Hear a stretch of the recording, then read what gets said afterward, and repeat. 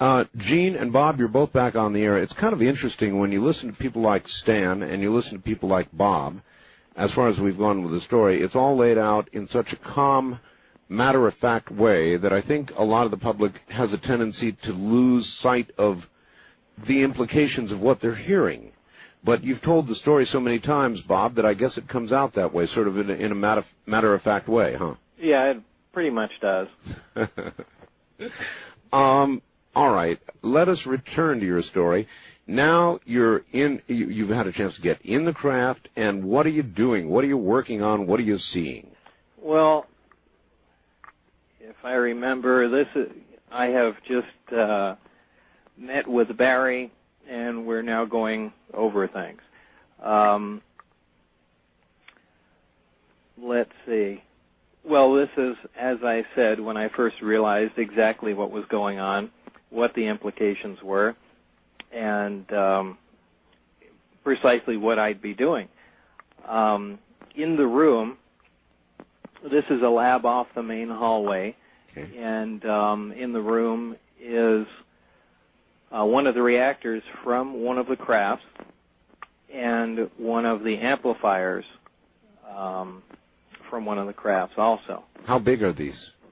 The reactor, I would imagine, is about 2 feet, somewhere around 18 inches, 2 feet, somewhere in that general area. Not really big then? No, not large at all. Yeah, odd-looking thing. Has a bottom plate and then half of a sphere on top of it. The amplifier itself is about 2 feet in diameter, probably 4 feet long, cylindrical shaped, with something that would look like plates on the outside of it, black in color. These are very unusual, and essentially hollow, very, very unusual looking devices. This isn't actually the amplifier that I always catch myself calling it that. It's the emitter. It's the device that is moved on a pivot, and it's where the gravity wave actually is or emanates from. Quite similar to a horn on a microwave system. As it turns out, gravity waves behave a lot more like microwaves. At least the gravity waves that are being produced by this system do. So you have waveguides and things of that sort that you'd see in a microwave system. Those are the main components of the craft that were in the lab at that time. What does that suggest or tell us about the nature of gravity? Well, actually, you have to look and see what we really know about gravity. And, we really, as it turns out, don't know anything about gravity. As people have said, we can certainly measure its forces or measure its effect on things. Right. But really, to this date, there is no, and a lot of people don't know this, that there's truly no conclusive evidence at the present time that gravitational waves have ever been detected in a laboratory. Now, there have been several gravitational wave detectors built, and you can assume that they're detecting gravitational waves, but they can also be detecting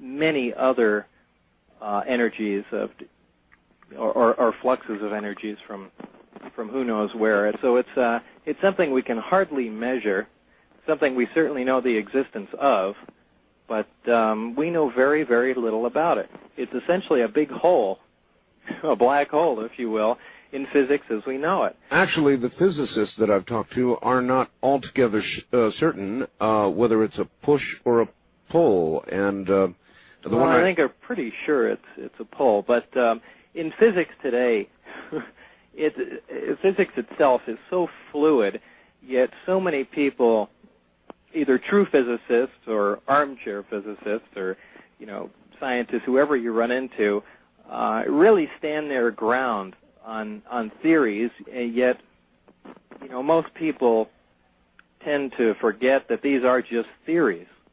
They are not, these are not facts. This is a topic we know very, very little about. And as I said some time ago, the prominent theory was that there are gravitons, alleged subatomic particles that actually, accounted for the force of gravity. However, people that do bring that up really don't know much about that theory either, because there was never an actual particle called a graviton. The whole concept behind a graviton was that because I'm trying to think of how to put this in layman's terms. They basically wanted to quantify gravity. Maybe I shouldn't get into this yet. All right, you're looking at this thing. When you see it, do you know what it is? What are we talking about? Well, I've already lost myself. Okay. We're looking at the amplifier itself? That's right. That's right. Okay. Well, we'll save this technical discussion for later then. No, basically, I have no idea what I'm looking at. Okay. I had to be led through everything. The first demonstration that was presented to me was the actual operation of the reactor. Now, this in itself is nothing short of a miracle. We're dealing with something extremely small, maybe 2 foot square, maybe 6 inches high, just on outside dimensions. And the power output of something like this is equivalent to a little nuclear power plant. I mean, it's very impressive.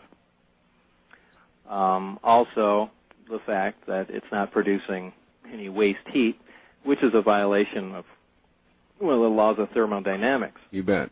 Bob, not to interrupt too much, but didn't you say that reactor put out as much power as Hoover Dam? I remember I recorded all the data I had about it, but off the top of my head now, I don't remember the output of the reactor. The lay people like me in the audience, so they can imagine the type of power we're talking about. But it was a huge amount of power coming out of essentially a very small place. What did the demonstration actually entail? I mean, what did you first see? was certainly not the electrical output of it, but it was showing me the gravitational field around the device. Now, the only reason I started going off on a tangent about gravity is because I guess my whole point was that we don't have a machine. There is nothing in existence that can make gravity. I've seen a lot of people, just lay people, telling me stories about how they'll watch a film on NASA and how the astronauts are training and they're in a little chamber and they're floating around and they're, in a weightless environment. They don't realize it's an airplane doing a crash dive. That there is no machine that makes gravity. I mean, at all. Nobody has that. On Earth. On Earth, right. And here was a device that in operation was doing this. To do that, Barry told me, he started the reactor. When it was operating, after a short time, he told me to put my hand or attempt to touch the sphere on the top of the reactor. And as my hand got close to it, you can feel a force exactly like putting two like poles of a magnet together. Wow. Kind of that soft push. Yeah, a soft push, but what you're experiencing now is more of an anti-gravity field, which is something entirely different.